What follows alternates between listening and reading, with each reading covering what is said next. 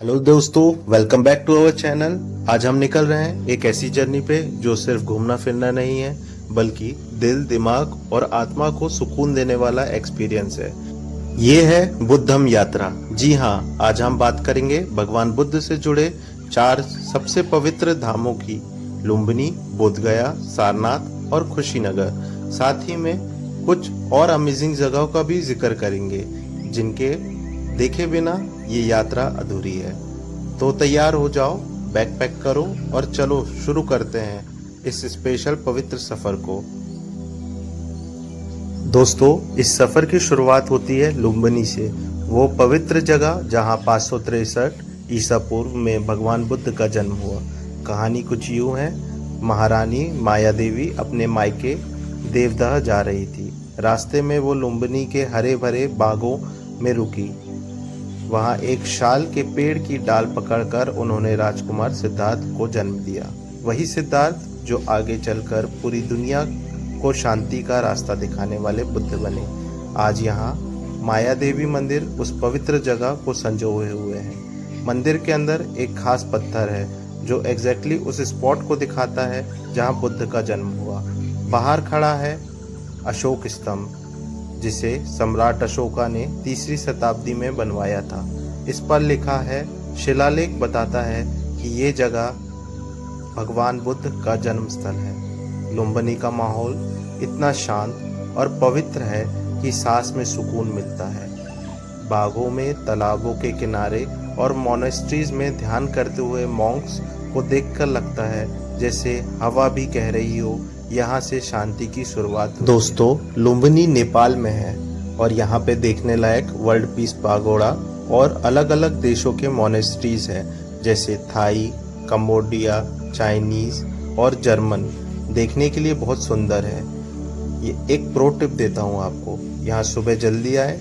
सूरज की पहली किरण में माया देवी मंदिर का नज़ारा जादुई लगता है। और हाँ, अपने साथ पानी की बोतल और टोपी रखें, क्योंकि गर्मी थोड़ा परेशान कर सकती है। दोस्तों, यहाँ का एक्सपीरियंस मेरे लिए बहुत ही अलग था। यहाँ पे बहुत ही शांति थी। मन कर रहा था कि ध्यान कर लूं। पास ही में पीपल का पेड़ और ध्यान करने की अच्छी व्यवस्था थी, जहाँ बैठकर हमने बुद्ध को नमन किया और ध्यान किया। ये एक्सपीरियंस मेरे लिए बहुत ही खास है।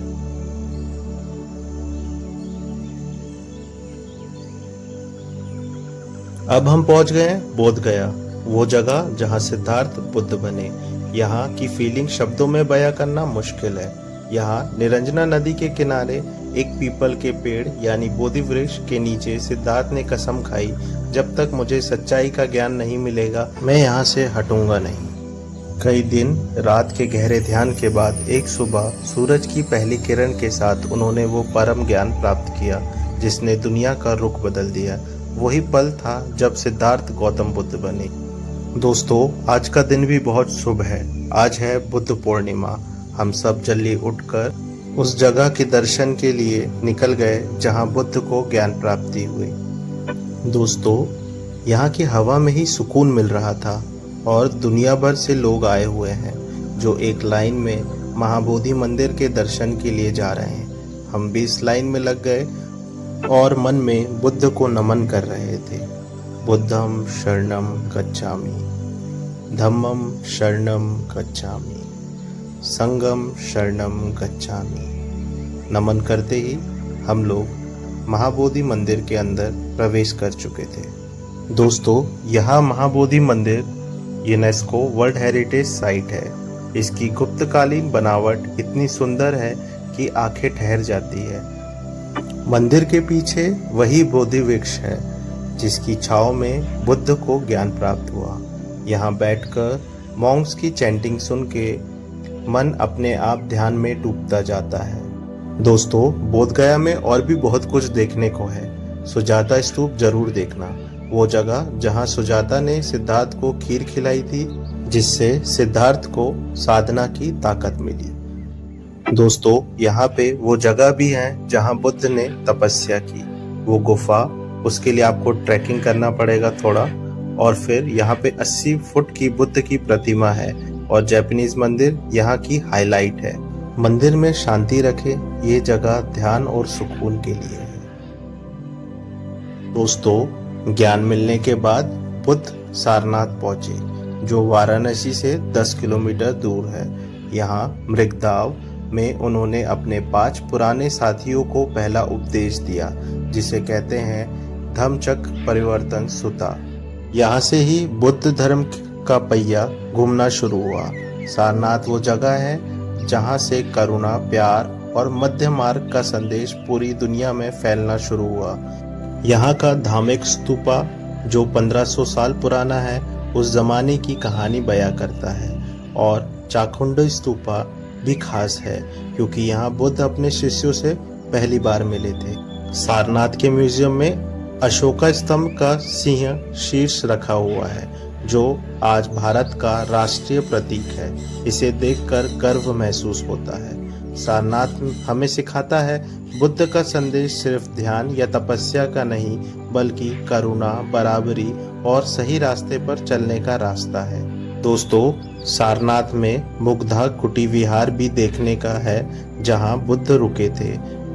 यहाँ का म्यूजियम बहुत ही खास है, जहाँ पे बुद्धिस्ट मूर्तियाँ, अशोक चक्र और शिलालेख देखने लायक है। दोस्तों, सारनाथ वो जगह है जहाँ बुद्ध द एनलाइटेंड वन ने अपने उपदेश देना शुरू किया था।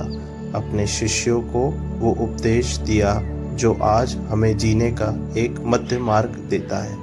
दोस्तों, यहाँ पे अशोका स्तंभ है जिसमें लिखा शिलालेख यह बताता है कि बुद्ध द एनलाइटेंड वन का संदेश पूरी दुनिया में फैलना सारनाथ से शुरू हुआ है। यहाँ की शांति को फील करने के लिए यहाँ थोड़ा टाइम जरूर बिताएं। दोस्तों, अब हम आ गए हैं कुशीनगर, वो पवित्र जगह जहाँ भगवान बुद्ध ने अपनी आखिरी सांसें ली।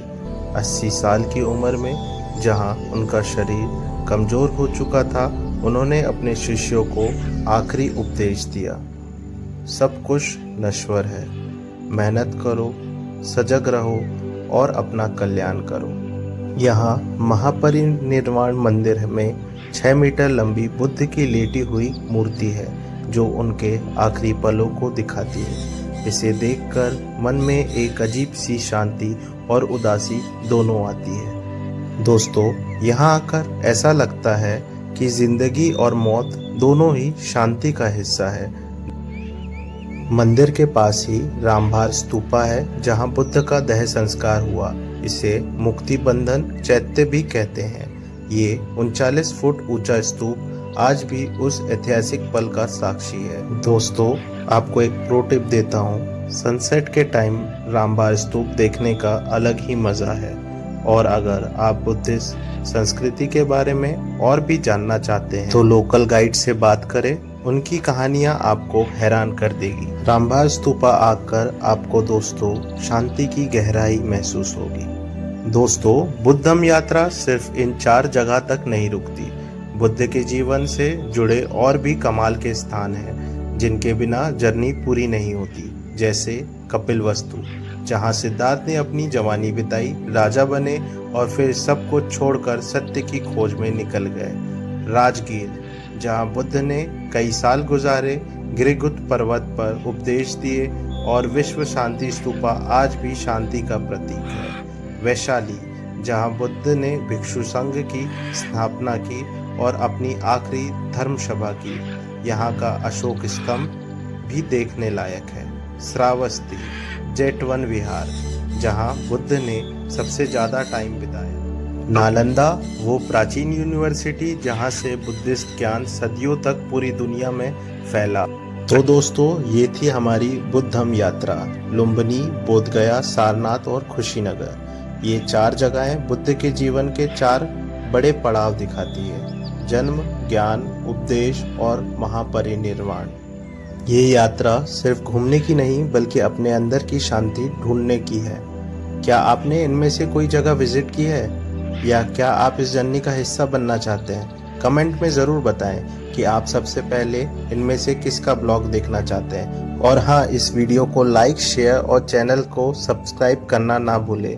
Subscribe for more content.